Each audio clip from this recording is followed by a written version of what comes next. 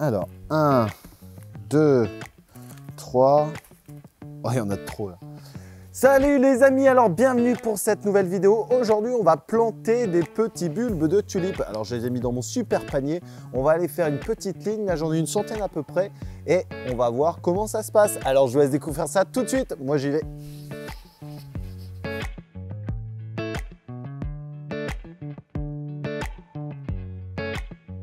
Ça y est, on est au jardin. Alors maintenant, il ne nous reste plus qu'à travailler un petit peu, désherber ici pour pouvoir planter nos fameux bulbes de tulipes. Alors, vous allez avoir la possibilité de planter sous différentes manières les tulipes ou alors différents bulbes.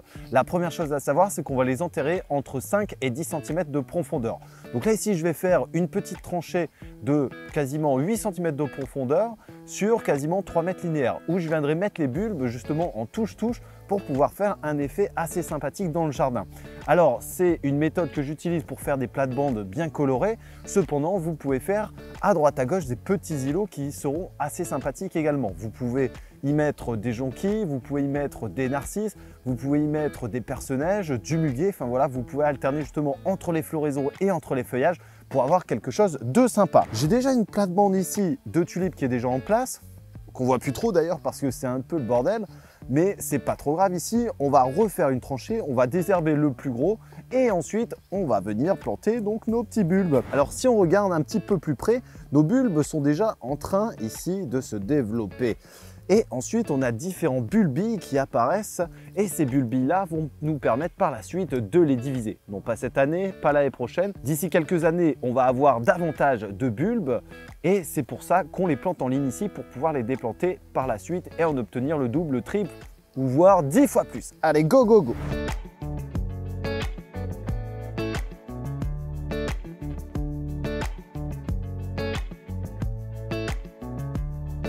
Juste une petite chose encore, ici on peut voir il y a des topinambours qui sont implantés. Donc ces topinambours là, on va les laisser cette année puisqu'on les a plantés également cette année. De plus, la sécheresse ne les a pas forcément bien développés comme on peut le voir ici. Normalement, ils auraient dû faire à peu près entre 1,50 m et 2 m de haut. Cependant, on a laissé en place les topinambours qui nous permettront par la suite d'en obtenir davantage. Allez, je recontinue ici mon travail.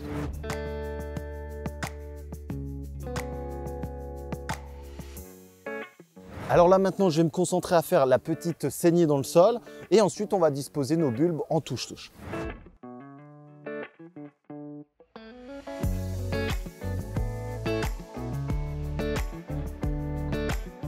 Alors là, ce que je vais faire, donc je vais les déposer un par un. Donc voilà, on a des beaux calibres, hein. Ici c'est du 12 et plus sur l'ensemble, donc là c'est plutôt même du 14-16. Là ici on a du 12. Voilà. Alors attention à ne pas trop les garder trop longtemps dans la maison au risque que les bulbes ne pourrissent et ne vous donnent rien cette année. Donc là, comme je vous l'ai dit, on va les mettre en touche-touche. Je vais même les mettre en quinconce et on va les disposer donc un par un. Attention au sens, gardez toujours la petite pointe vers le haut et ici la base forcément pour les racines.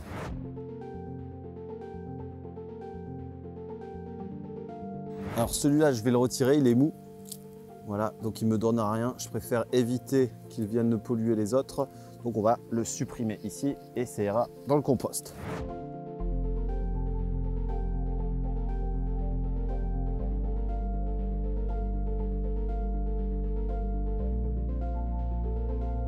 Les plus petits, on va les mettre ici sur le côté.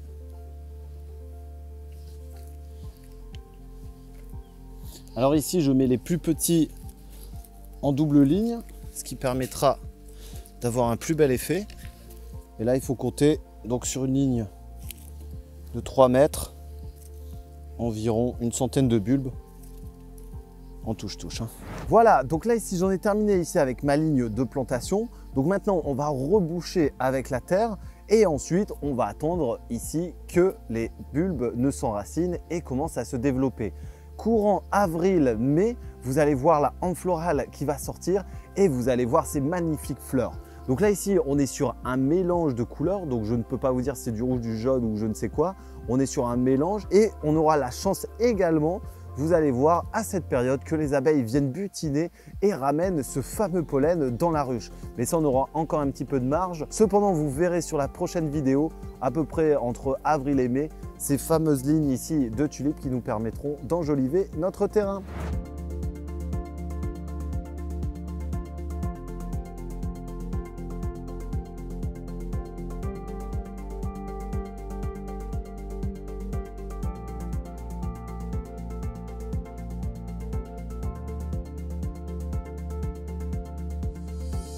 Voilà, le tour est joué. Donc là maintenant, on n'a plus qu'à attendre les beaux jours et la montée des températures.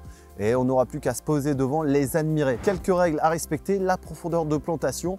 Ensuite, niveau densité, vous avez vu ici, on peut les mettre en touche-touche, mais on viendra les diviser d'ici 2 à 4 ans environ. Et ensuite, on pourra les cueillir pour faire des beaux bouquets pour maman. Allez, je vous dis à très bientôt les amis. Vous allez pouvoir découvrir justement d'autres tutos sur les différentes plantes, sur les plantations, sur les semis. Ça va arriver bientôt, mais il y en a quand même sur la chaîne. Et vous allez pouvoir découvrir le pôle bricolage et apiculture. Tout ça sur The Prof d'Ortie. Salut tout le monde, ciao!